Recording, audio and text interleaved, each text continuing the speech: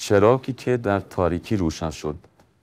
گاهی در زندگی لحظه هایی می رسد که آدم حس می کند به آخر خط رسیده. اما درست وقتی که نور از همه جا قطع شده، یک اتفاق کوچک می تواند زندگی را از نو روشن کند. دوستان، امروز میخوام داستان مردی را براتون تعریف کنم که در عمیق‌ترین تاریکی ها با یک چراغ عجیب روبرو شد. اسمش کامران بود. مردی 35 ساله، آرام، مهربان و مثل خیلی از ما مشغول جنگیدن با زندگی بود. اما مدتی بود که زندگی پشت سر هم به او ضربه میزد. اول از همه شغلش را از دست داده بود. بعد از آن مادرش بیمار شد و هزینه درمان بیشتر از توان او بود. فشارها آنقدر زیاد شده بود که کامران که همیشه لبخند به لب داشت، حالا اغلب شبها در سکوت فرو می رفت. یک غروب زمستانی بعد از یک روز سخت کنار پارک محله ایستاده بود. هوا سرد بود، چراغا کمسو و سکوتی سنگین اطرافش بود. کامران موبایلش رو بیرون آورد، پیام‌هایی را دید که مدت‌ها جواب نداده بود. سری تکان داد و آرام گفت: خدایا، اگر صدایی هستی، اگه نوری داری، من دیگه چیزی نمی‌بینم. در همان لحظه تلفنش زنگ خورد. پزشک مادرش بود. صدایش جدی‌تر از همیشه: کامران، حال مادرت خیلی بدتر شده. بهتره سریع بیای. کامران با عجله خودش را به بیمارستان رساند. مادرش بی حرکت، ضعیف و با نفس‌های کوتاه روی تخت افتاده بود. پزشک آهی کشید و گفت: اگه معجزه‌ای رخ نده، چیزی زیادی از دست ما بر نمیاد. آن شب یکی از سنگین‌ترین شب‌های زندگیش بود. ساعت از 3 صبح گذشته بود. بیمارستان تاریک و خلوت. کامران روی صندلی راهرو نشسته بود، به زمین نگاه می‌کرد و سعی می‌کرد بغضش را پنهان کند. در همین حال یک فرد میان سال و خوش‌تیپی که چهره جذاب و دلنشینی داشت از کنار کامران رد شد. چهرهش آشنا نبود. لباس ساده‌ای پوشیده بود، اما نگاهش عجیب آرام بخش بود. آن مرد میان سال چند قدمی مکث کرد و گفت: برادر، میدونم دلت آشوبه، اما یادت باشه خدا دلهای شکسته رو زودتر از بقیه میبینه. کامران سرش رو بلند کرد و با تعجب گفت: شما از کجا میدونید من چی کشیدم؟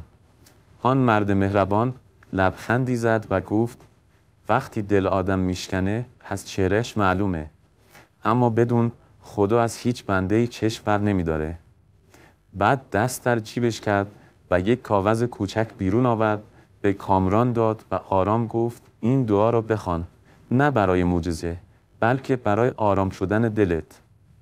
کامران به کاغذ نگاه کرد و چند ثانیه سرش پایین بود.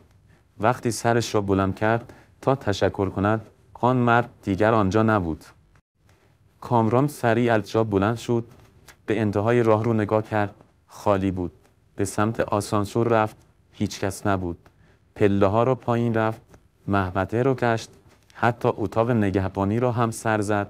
سوال کرد: آیا یک مرد خوش‌تیپ با این مشخصات از اینجا رد نشده؟ نگهبان با تعجب گفت: این بخش از ساعت 12 شب به بعد کسی وارد نشده. حتی دوربینا رو هم چک کردن. پرستار بخش هم گفت اگر کسی وارد شده بود ما میدیدیم. مطمئنی کسی باهات حرف زده؟ کامران فقط به کاغذ کوچکی که در دستش بود نگاه کرد، چیزی که ثابت میکرد کسی اون را به او داده است. اما خود آن شخص انگار اصلا وجود خارجی نداشت. یک حس عجیب، ترکیبی از آرامش و شگفتی در دل کامران نشسته بود. کامران برگشت و روی صندلی نشست، چشمهایش را بست و دعایی را که روی کاغذ نوشته شده بود خواند. آرام، آهسته و از ته دل.